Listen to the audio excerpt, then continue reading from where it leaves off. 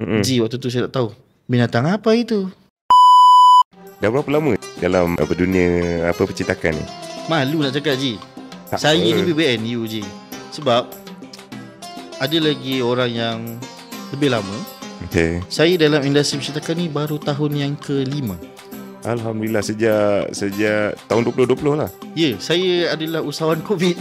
Usahawan COVID. Okey, baik. Dan itulah waktu tu pun ada cabaran sebenarnya, Ji. Tu kita nak buka tu 2020. Saya ingat lagi, pada bulan 1 kita dah set up dah ni. Oh, kita buka kedai, kita cuci kedai, kan. Orang berniaga dulu, apa-apa kena sewa kedai dulu.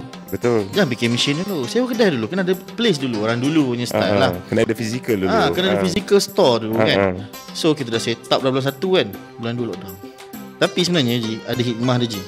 Okay. Kalau katakan tak ada lockdown, Ji, kan, saya cakap terus terang, Ji, saya ni bukan orang dalam industri printing. Okay. Memang tak tahu langsung pasal printing. Jangan katakanlah macam mana nak photostat IC depan belakang pun saya tak tahu, je. Okay. Sebab kita tak ada pengalaman. Tapi dalam masa tempoh lockdown tu lah, Allah bagi nikmat yang saya boleh belajar industri printing apa yang ada, business card. Oh, business card macam ni rupa dia, macam mana nak buat. Haji nak tahu benda paling kelakar, je. Apa dia? Buat printing tapi tak tahu design. Ya, betul. Saya lah tu, memang tak tahu. Haji jangan cerita, saya nak buat ni pakai AI, pakai Photoshop. Ji, waktu tu saya tak tahu binatang apa itu. Memang tak tahu, betul. Okay. Tapi disebabkan lockdown, kita ada masa untuk belajar. So waktu tu lah saya rasa nikmat yang Allah bagi untuk kita belajar. Oh, rupanya waktu tu kalau orang tanya kan, belajar kat mana? Universiti, YouTube. Oh, betul.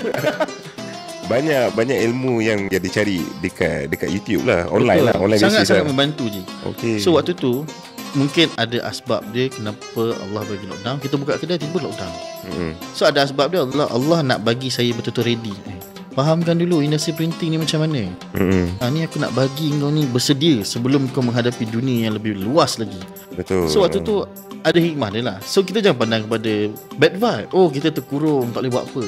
Tapi sebenarnya kita lah memanfaatkan masa yang Allah bagi. Betul. Ada orang satu hari dia kata dia tak cukup masa dia. Tapi ada orang satu hari tu dia rasa cukup. Lebih daripada cukup.